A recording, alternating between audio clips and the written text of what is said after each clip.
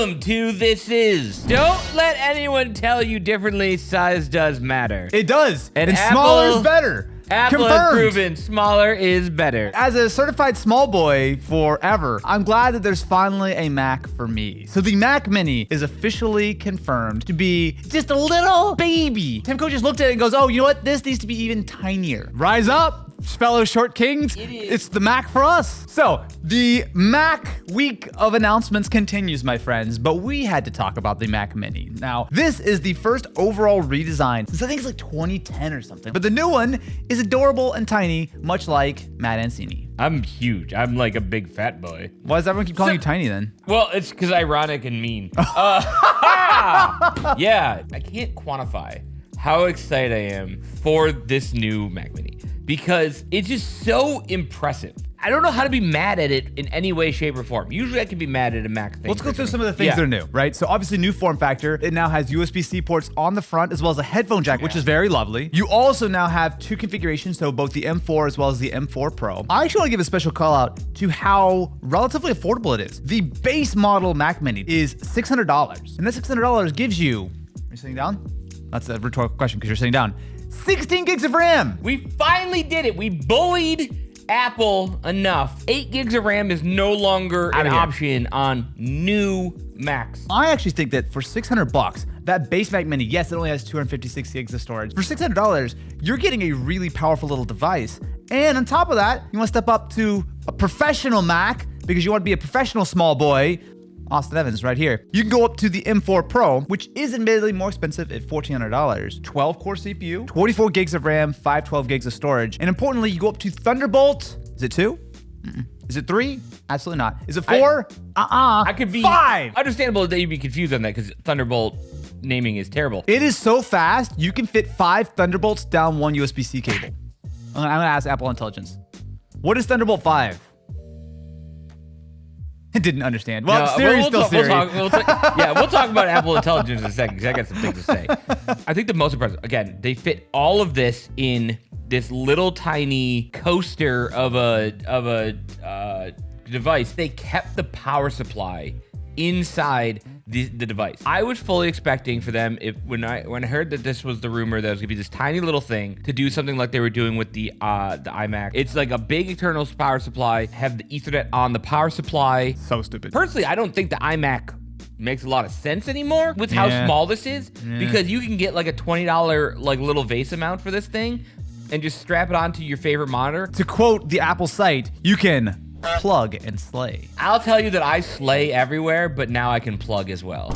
We use a lot of Mac Minis here at the office. Kenzie's system on the producer desk is a Mac Mini. I have a Mac Mini in the server room. One of our editors uses a Mac Mini. Like, Mac Minis are super useful for us because they're really small. We're gonna switch basically the entire edit team here at the office over to Mac Minis. Aaron, take the MacBook, throw it directly in the trash. Well, don't do that because we still want to probably trade that in. Nope, it's trash now. So the question you're gonna ask is, should I buy this? If you're going from like an Intel Mac, yeah, it's a big upgrade from M1. It's gonna be a pretty small upgrade from M3. Can I actually give you the best quote? Yes. If you want to play World of Warcraft, you're gonna get 2 times the performance. Which is already impressive. So like, I've been using a MacBook Air. This is the base MacBook Air with 8 gigs of RAM. I could get pretty great performance on this thing already. Oftentimes when we sit down and we talk about Apple stuff, we're like, Tim Cook. The Mac Mini, I'm gonna say this with all sincerity, is the best deal in the Mac lineup. I'm gonna double down on that.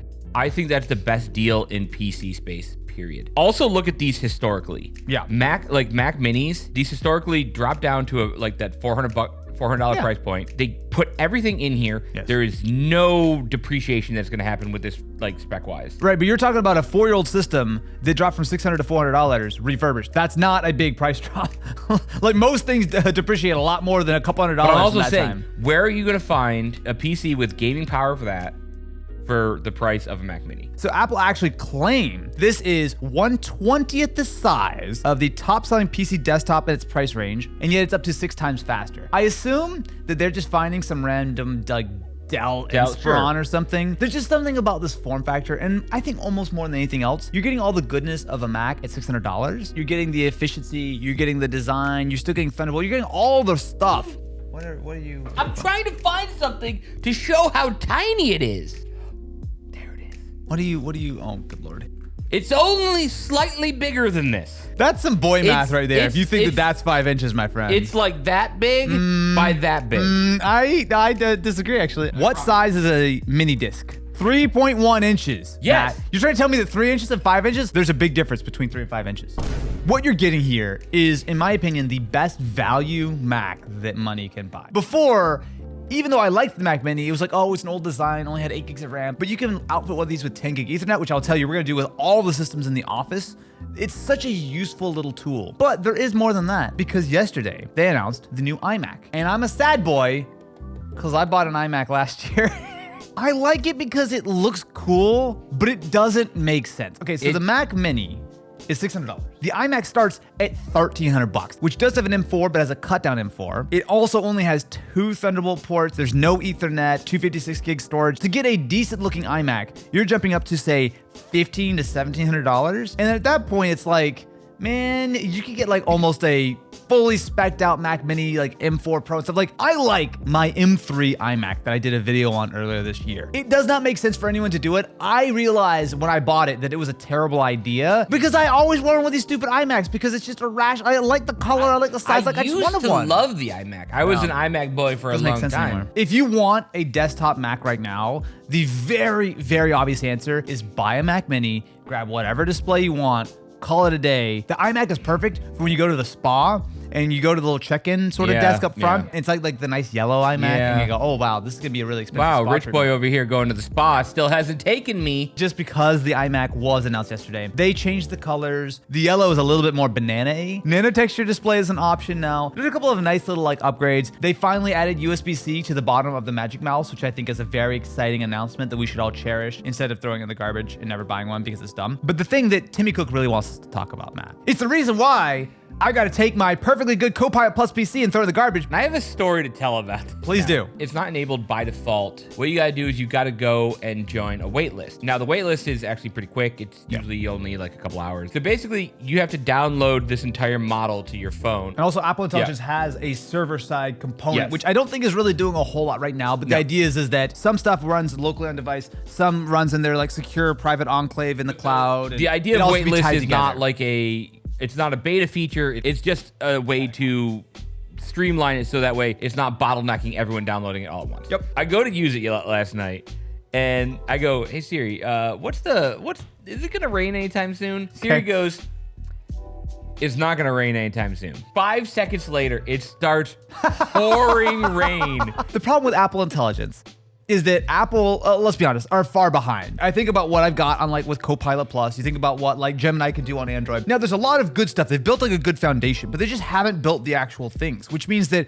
we've just now gotten the first features for Apple Intelligence. You've got the writing tools now built into the Mac, into the iPhone and iPad, which if you text somebody, it'll give you like an automatic response. It's all kind of basic stuff. It's maybe a step above what like Google Keyboard would do, but not by a huge amount. And then probably the most exciting part of Apple Intelligence, and I'm not saying this with any like sarcasm, notification summaries. I don't care whether you're running Android, iOS, whatever. Notifications are a disaster for everyone all the time. I have spent the time to go through and cultivate that. I have customized the notifications I want to get, so I don't get that many. Good for you. You've made good life decisions that we have not. Well, it's because I just sit there in bed and like, no. Like, I don't like that. Honestly, having the notification summaries, it seems like a small thing, but it will basically take one app, consolidate everything down to like a 2-line little thing. If AI can do anything in my life, it is to eliminate all notifications. I get scroll 5 and swipe emails a day from Yahoo Fantasy Football, and it's just like, hey, don't give up on Patrick Mahomes. Who the hell's giving up on Patrick Mahomes? I'm still kind of mad that they were allowed to advertise this as like a defining feature for this phone. There's not much there. Imagine you clicked on a This Is video.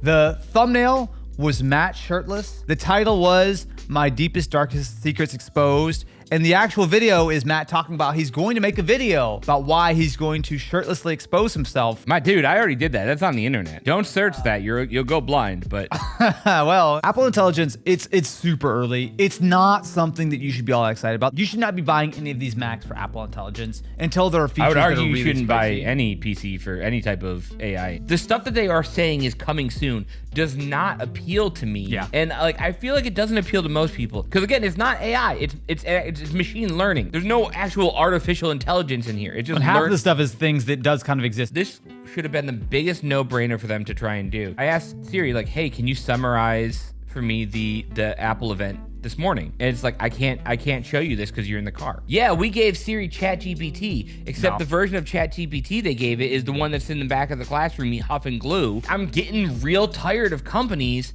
with the AI specifically, just saying like, here's all these things it could do. Yeah, but then it doesn't. I know like Apple Intelligence is its own thing, like because it's company per company. As we started talking about this, it's like, oh, next year this is gonna really take off. Next year this is really gonna take off. All these super cool features that have been selling points for products are niche. You know, we saw with like Samsung, like, oh, look, we could search for this and How dare you? Are you trying to talk about my Galaxy AI over here? If I want to look something up, I gotta go Now, find it and circle I'm it. gonna ignore you because you're the weird person who actually uses this stuff. Kinsey, how often have you used Circle to search? I think I've used it on accident before. Sure. Even if there's something that I do want to search, it's going to give me like, oh, how to buy this thing, and it might not even be the same thing. My thought to your point about how AI feels like it's always next year. It's worth just taking a half second and thinking about how fast all of this has come. You can get a lot of use out of a ChatGPT, out of a Claude, out of a Gemini, out of a Copilot right now in your browser, no problem, right? But the stuff that's running locally on your device, which has a lot of benefits when it comes to privacy, which is one of the things Apple Intelligence does do fairly well, is it's actually running it locally on your device. But I do really think that over the next 12 months, we're gonna see a lot of upgrades for Apple Intelligence. I would be surprised if every month to 2 months, you get another big feature or two that comes out. And I agree with you there. And I agree that it's moving a million miles an hour. And I just think it's moving a million miles an hour in the wrong directions. And like that's my issue with it. Have you seen that demo of Claude can now operate your computer? It's really creepy. It will screenshot your desktop, look at all the individual boxes, mouse over, click on things, look at the next page. It's a great looking demo, but yikes. Here's the thing. If I ask someone, do you want a Jarvis from Iron Man? Does he talk back though? I feel like he talks back. Oh, a he's lot. sassy. He's Nah. sassy. I want an AI fully under my dominion. It's like, oh man, this is super creepy. Yeah. But like, the end result is what we actually want. Everything that's been AI is like, hey, how can we replace something that a person does? Imagine Apple had gone a different way of everyone else. Of like your HomeKit stuff within the Apple Intelligence stuff, instead of just being like, hey, we can generate images like that. Like, those are the things I think people would find way more useful. Now it's just, hey, we could fire the guy who wrote this article for The Verge. My thought is that a lot of the stuff that's running on device, Apple Intelligence is such an alpha right now. There's a lot of stuff that's on the way. There's a lot of stuff that is rolling out right now. Having AI summarize notifications, having AI do a proper proofread, not just a normal spell check, that's really nice kind of stuff. And as we see more and more of these things rolling out, I think it's a good thing. But ultimately, all of this talk is much more theoretical. You should not buy any of these Macs because of Apple Intelligence. None of these features are massively exciting or important at the moment, but I do think that over time, we're gonna continue to see more and more features roll out because it's such a playground of new capabilities for computers. But I will say that if you want, buy a new Mac Mini, get the base model because it's really good. 16 gigs of RAM, that thing is so It's good. really good. So excited, man. I'm so excited.